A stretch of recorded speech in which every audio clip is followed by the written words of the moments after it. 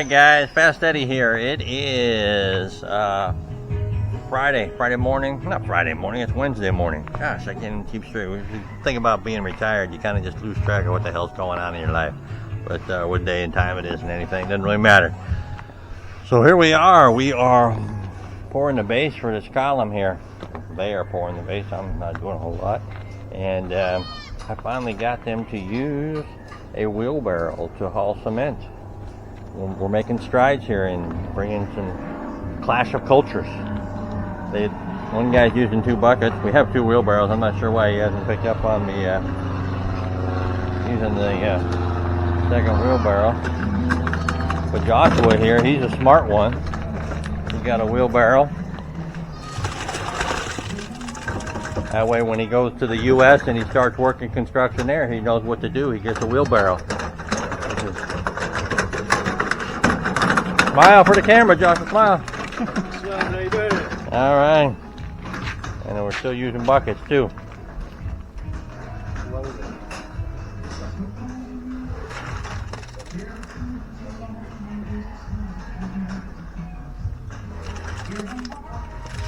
All right. Load of 500 hollow blocks. They're going through the hollow blocks pretty quickly.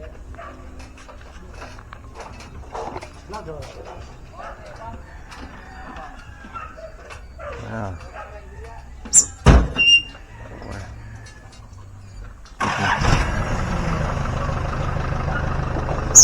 They started that yesterday afternoon. They got 1 or 2 rows up there. Now they are making it happen up there.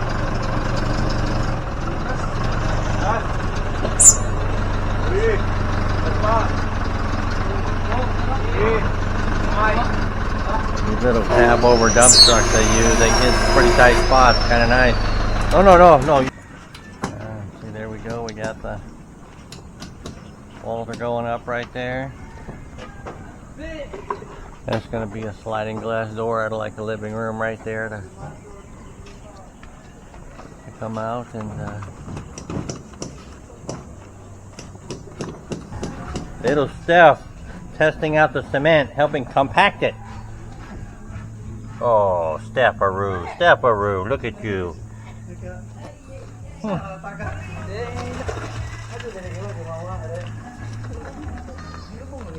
You silly puppy. Alright, so we got our footing poured there. It's about a day or 2 to dry up. Probably tomorrow they'll come out and form that up. And start pouring it.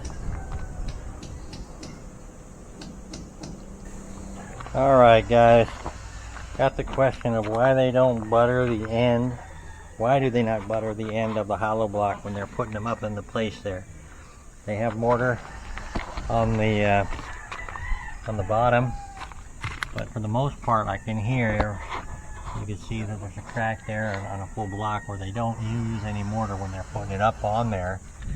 But what they do is, if you'll see the hollow block here, it's got these ridges on it out here.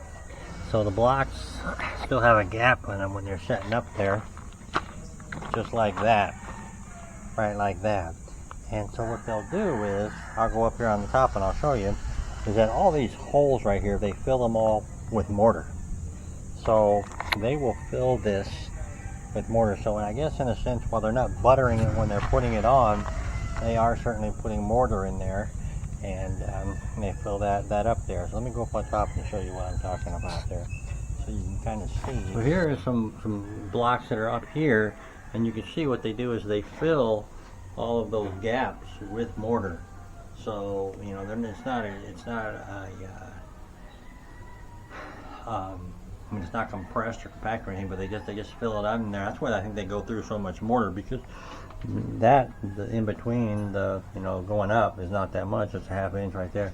But then when you start filling that cavity there with mortar, it certainly eats it up.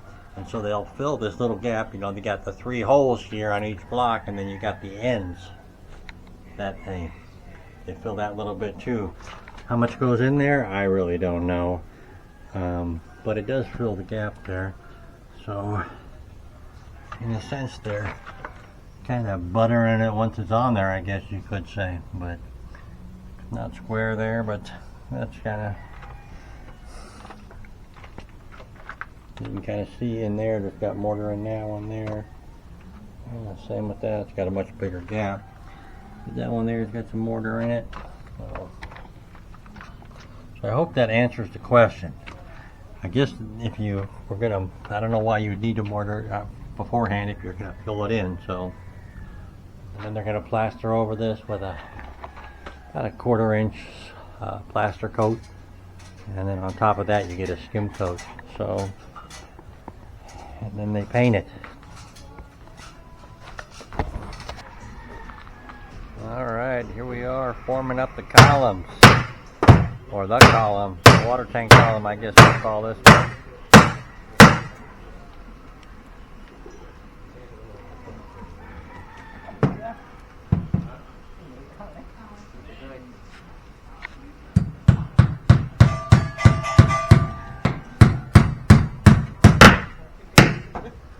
We're looking at a 2,000 liter, 500 gallon tank up there. We're talking about 4,500 pounds up there.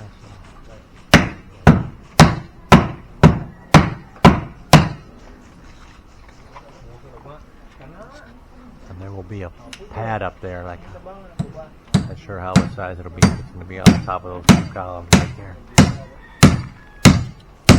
You can see up there, I don't know if you can see that or not, but they extended it from the other columns there, the rebar coming out. Same thing up there, so we got them all tied together.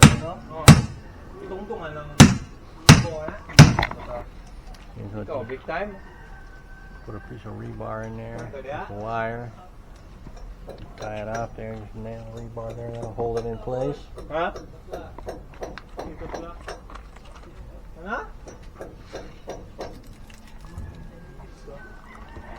Good. Come on. A couple guys just doing the buckets, and they're going to get it up about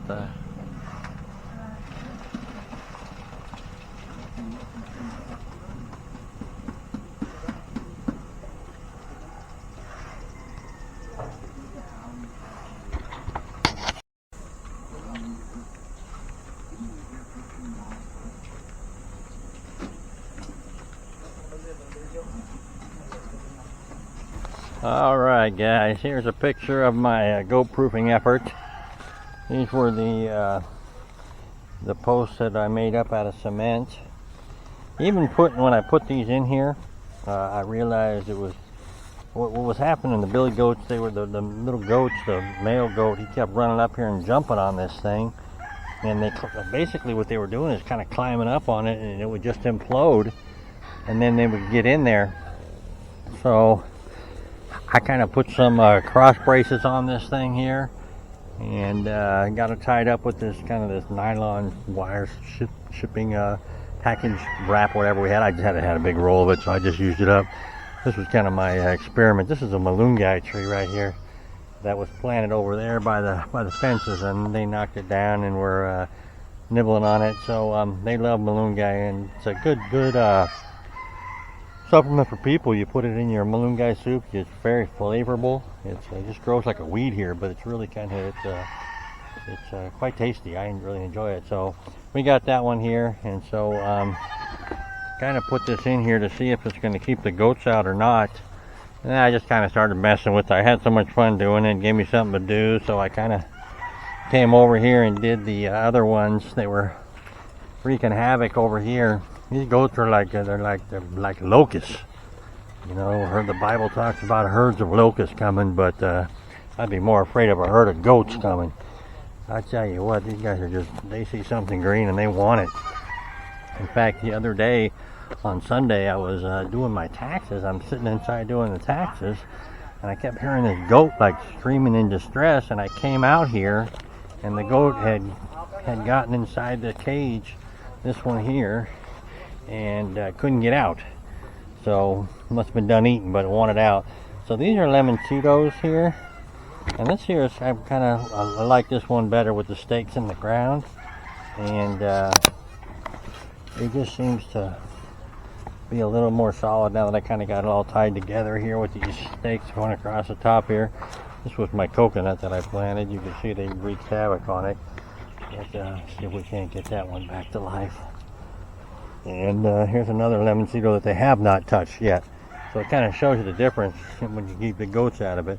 This one they haven't got into yet, and this one they kind of did get into down there, so we'll see how this works out. My plan is to run a solid chain link fence on that third area over there, kind of where that, right where that green is, right, the one I just showed you, the one with the Malung guy there. Run a solid fence through there and just have trees over there just to keep the goats out. We'll build some cement posts like we have in the past, and like how we did with around the property here, and just put a barbed wire chain link in there, and that way once the trees get big enough I can let the goats go in there, but if I need to I can always just close it back off. I started putting some on the bananas over there. Somebody told me once they eat the bananas they'll never come back, but I was looking at them and the bananas seem to be coming back, so I'm out of the nylon tie, so I got to get to the store and get some more, and I may try to salvage those things over there too to see if I can't get the bananas growing or not. But that's kind of where we're at out here on the tree farm and the goat farm and whatever else farm we got out here. The chicken you saw, those chickens, those are the neighbors. He gets upset when they come over here into our property. I'm not sure if he gets that upset. He probably should build a coop for them, but whatever. I don't really care. They come over here and eat the bugs. That's good for me. And those limbs on the fence there, that's how you get your wood here. The braces that I made for the little fence pens there. You just go out in the wood jungle there and just chop down some branches and some trees that grow nice and straight and long, and you got your lumber there. And those were just in the way of where I wanted to go, so I put them on the fence there, let the goats eat them. They'll probably eat them tonight if they like them, and if not, I just add them to my burn pile over there. But he doesn't like showing off anymore.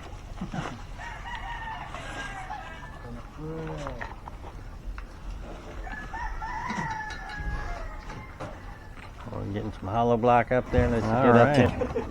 So this right here is going to be a sliding glass door. Comes into the living room here, and another sliding glass door right there going out into the deck. You know, if you don't want to come through this door, you just walk around here like so and come through this door. This is going to be a wall here, obviously, and that's the staircase on the exterior right there. There's the interior. Okay, so I got a lot done today, boy. Up here loading up hollow block.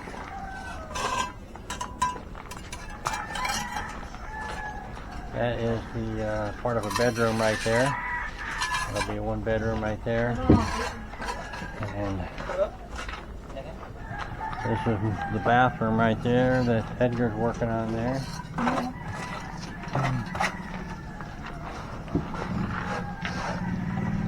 And there they are getting the hollow block up here.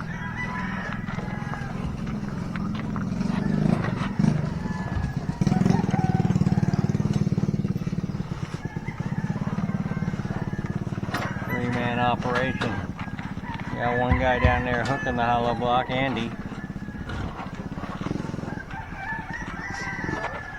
Aldo is pulling the rope, block and tackle there to get him up here. Otto is unhooking them there. And Oscar is stacking them.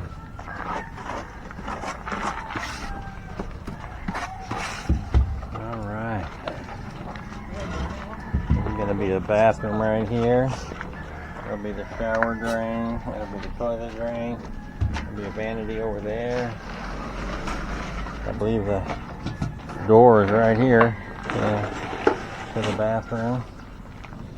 And then there's gonna be a wall here, right? A wall? Yeah, okay. Oh, okay. Oh, then the door's over here, right? The door there? Okay. Then here is cabinet. Oh, that's right. That's right. Lolita was telling me. Okay, cabinet. All right. Yeah. All right. Coming along. Coming along. All right. We got a lot done today. Had a few rain showers today. They put the tarps up because the sun was pretty bright this morning. It was beating down on the guys. So get your tarps up here and keep the sun off you. And, things are looking good. Probably another day of hollow block, and then well, now we got that wall there we got to do too. Yeah, so yeah, well, maybe another day. Yeah.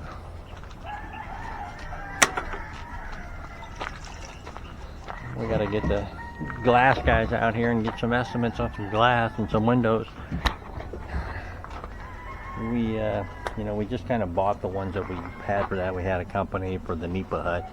We just had them come out here and we just did it, you know, and they measured them and came out a couple days later. So we didn't do a bid on that just because we wanted to get it done.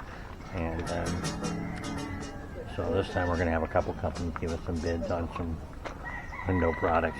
I'm going to see if and I want to kind of maybe upgrade. I'm not real happy with the sliding glass door we have on that nipahut, but other than that, things are looking good. And here's the column. It's going up there.